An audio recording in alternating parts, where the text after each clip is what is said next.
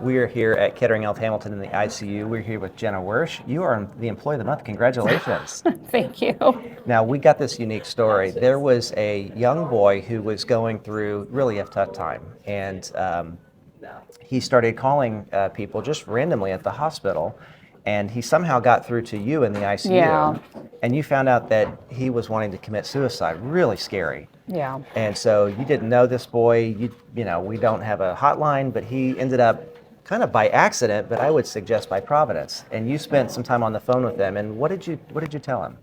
We just talked about, well, one, I asked him if he had taken anything, had anything to harm him, what he was doing. He was watching TV. My other coworkers, Mark Ball and Jamie Dawson, were working with me that night. So I was getting all his name, his information, because he called from out of state. He wasn't even a local person. This came from Kentucky. So Mark called HPD to find out, like, what's the appropriate number to call for this particular city that he was calling from. So it was kind of just, and I asked him, like, how did you get hold of this number? He's like, I just called a random number. So it was very, like you said, kind of surreal and kind of crazy that he called our SpectraLink number, not even the unit. It was a SpectraLink number, and it was Mark's. Yeah. If it would have been one of the other ones, we probably wouldn't have heard it because there was just three of us working. Yeah. But I just, talked to him about why he wanted to. He had broken up with his girlfriend, and then we were just talking about different things, just trying to keep him on the phone. And I talked to him for about 15 to 17 minutes while Mark and Jamie were orchestrating with the police. Yeah. We were in the middle of conversation when unfortunately his phone died on me, but cops were about a minute away from his house or his residence. I called back a few times, but it just went to voicemail. Well, it's really remarkable. You stayed on the phone with them and made sure that the appropriate resources got there, and that family made sure that they had time with their son and got him the treatment that he needed. Yeah. And so something that was accident was really providential, and you were in the right place at the right time. Yeah. So you work in the ICU. I do. So why did you choose to work in the ICU? I'm an adrenaline junkie. Okay, so you love the adrenaline junkie, and I asked you before, like, was there any sentinel event or things that happened? And you told me a unique thing about you that took place when you were a young kid. Oh, yeah. Was involved with the tornado. So you were involved with a tornado, and so ever since then, you've been interested in tornadoes and really those high adrenaline things. Yeah. So for folks who don't know, the ICU is it can be pretty intense. There's lines, there's lots of things going on. Yeah. Patients are very critical. Why'd you choose to work in the ICU though? What about the ICU and the patients that you serve? I just like being able to take care of the sickest patients when they're literally on death's doors and helping them get to the point where they're walking out of the ICU and then walking back in 8 months later to say thank you. Yeah.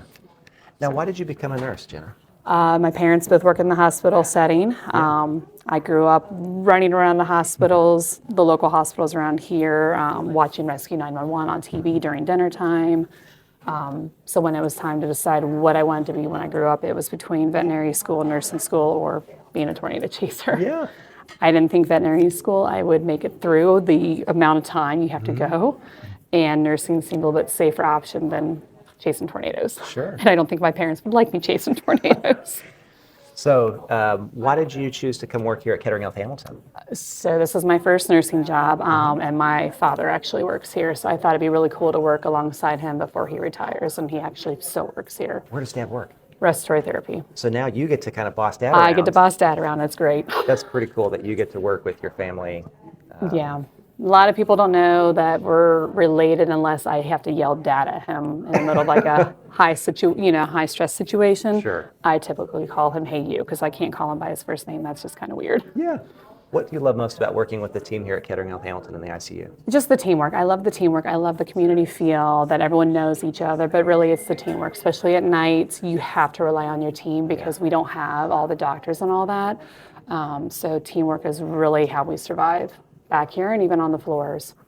Well, sometimes seemingly random events can start to lead us down a path, and I would suggest that tornadoes, your flair for adrenaline, but also your desire to work with your dad led you to a point where you made a profound and lasting impact in a young boy who was experiencing crisis, and you made a positive impact. You are a true hero. Thank and you. so at Kettering Health Hamilton, we get to welcome new life into the world, and sometimes we hold the hands of those when life ebbs away. But Jen, it's the way that you treated people, and you treated this young boy that defines our success and for which we are most proud. So congratulations for being Thank the you. Employee of the Month.